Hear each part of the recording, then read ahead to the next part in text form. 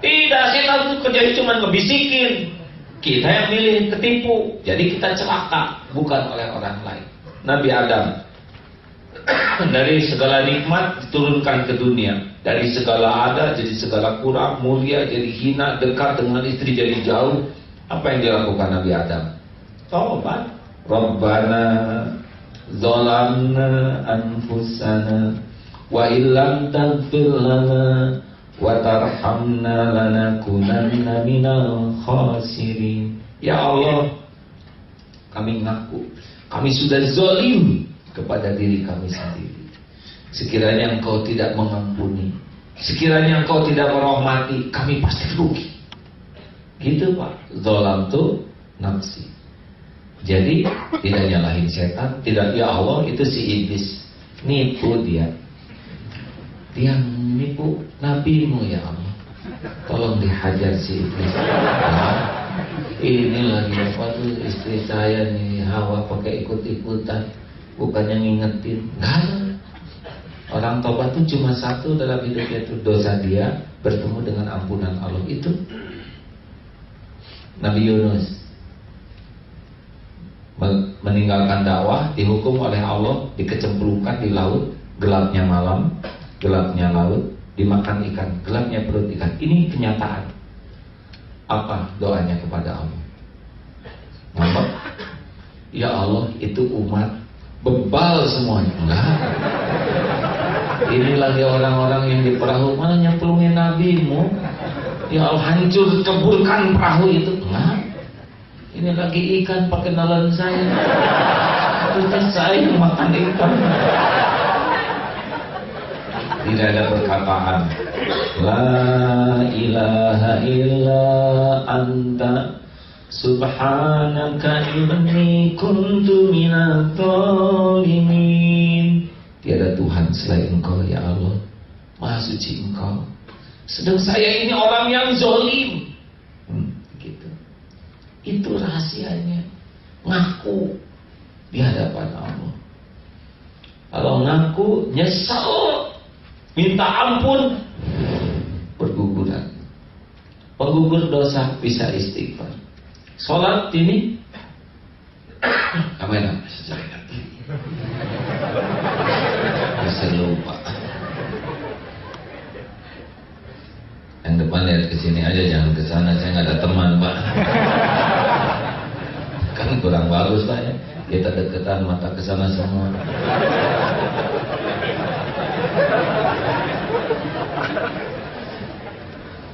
Terus kan? Nah, habis belum waktunya?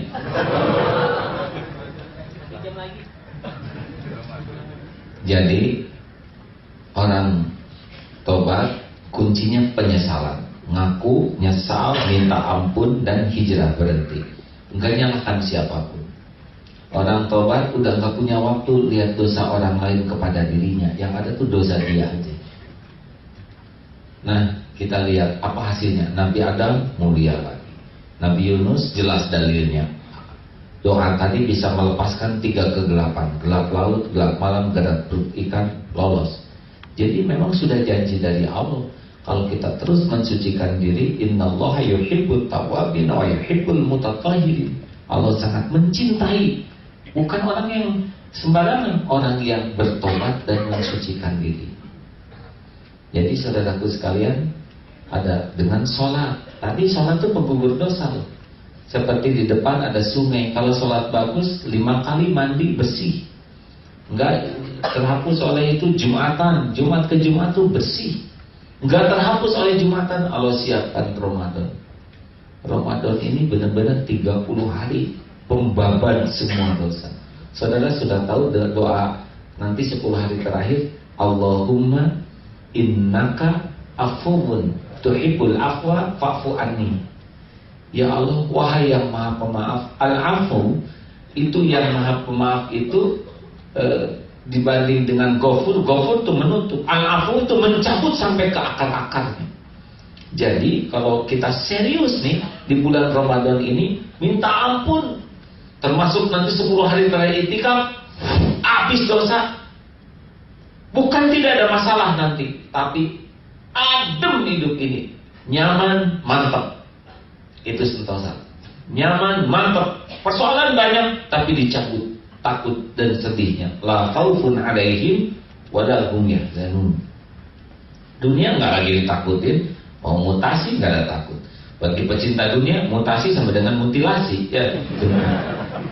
Bagi orang-orang yang mengenal Allah, udah nggak ada yang gawat di dunia. Ngapain gawat di dunia? Cuman mampir sebentar aja, ya nggak? Yang gawat tuh pasti buat para pecinta dunia. Yang menekan itu. Buat pecinta Allah, mati juga nggak ada masalah. Malah bisa ketemu dengan Allah. Betapa banyak orang yang merindukan kematian kalau dia sudah kenal akhirat. Pecinta dunia takut menghadapi mati. Jangankan mati, pensiun aja takut. Padahal bisa jadi lebih dulu mati daripada pensiun. Nah, saudaraku sekalian, jelas kemanfaatan bersih hati. Bagaimana sekarang? Nah, seperti taraweh. Taraweh itu kan beda dengan qiyam di bulan yang lain. Man qoma ramadhana imanan wa ihtisaban ghufira lahu ma taqaddama min dzambi. Salat tarawih itu benar-benar menghabiskan dosa-dosa kalau benar tarawih.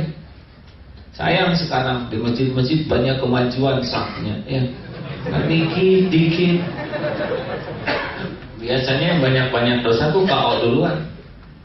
Padahal ini hari-hari kita ranjau, masa depan kita bisa kita gunakan. Benar saudara, yang banyak utang udah mantapkan aja tobatnya, dibayarlah utangnya. Berapa sih utang saudara? Ada yang punya utang? Wajah-wajahnya wajah-wajah. Kok bisa tahu? Jelas dari depan ini.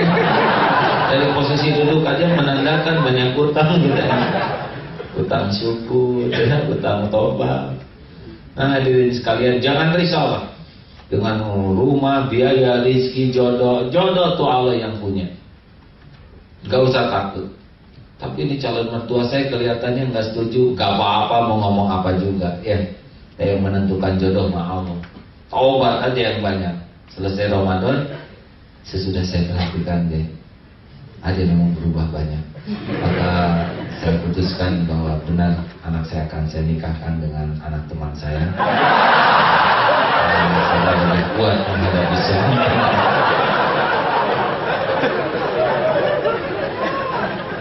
Alhamdulillah Pak, kalau memang takdirnya bukan jodoh, memang begini. Ada yang nggak sakit hati, apa yang mau sakit hati kan Pak? Yang menguasai hati adalah Allah. Saya sakit hati, pedih, saya rasakan sekarang. Perih, tapi ini sebagai penggugur dosa saya. Karena selama saya dekat dengan putri Bapak, ya Bapak tahu sendiri ya.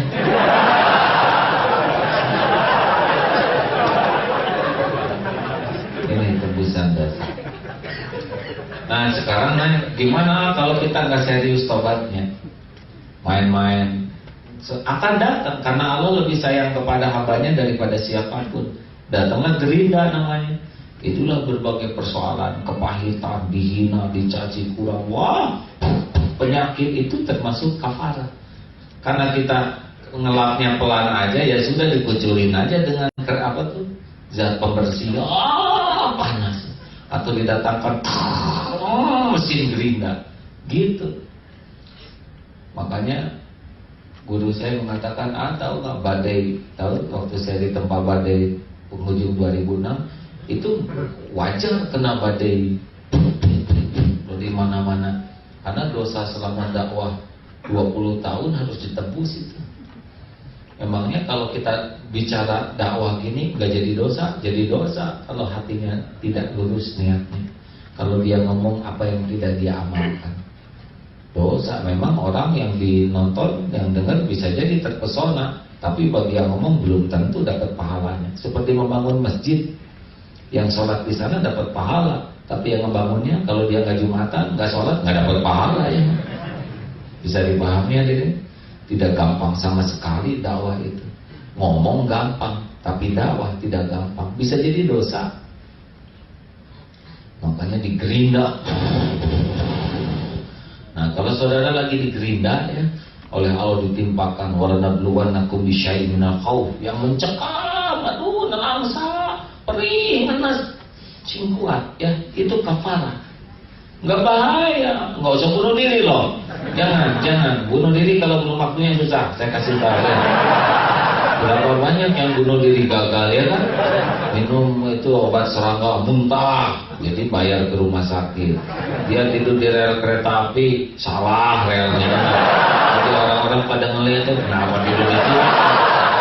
Dia loncat ke sumur, tidak survei dulu, dangkal. Udahlah, jangan bunuh diri. Kalau nanti memang Allah sedang memberikan gerinda ke kita, gerinda ini bisa dihina, difitnah, dicaci, pokoknya nyakitin, bisa kebakar, harta nggak ada, ketipu, nggak apa-apa, jalanin.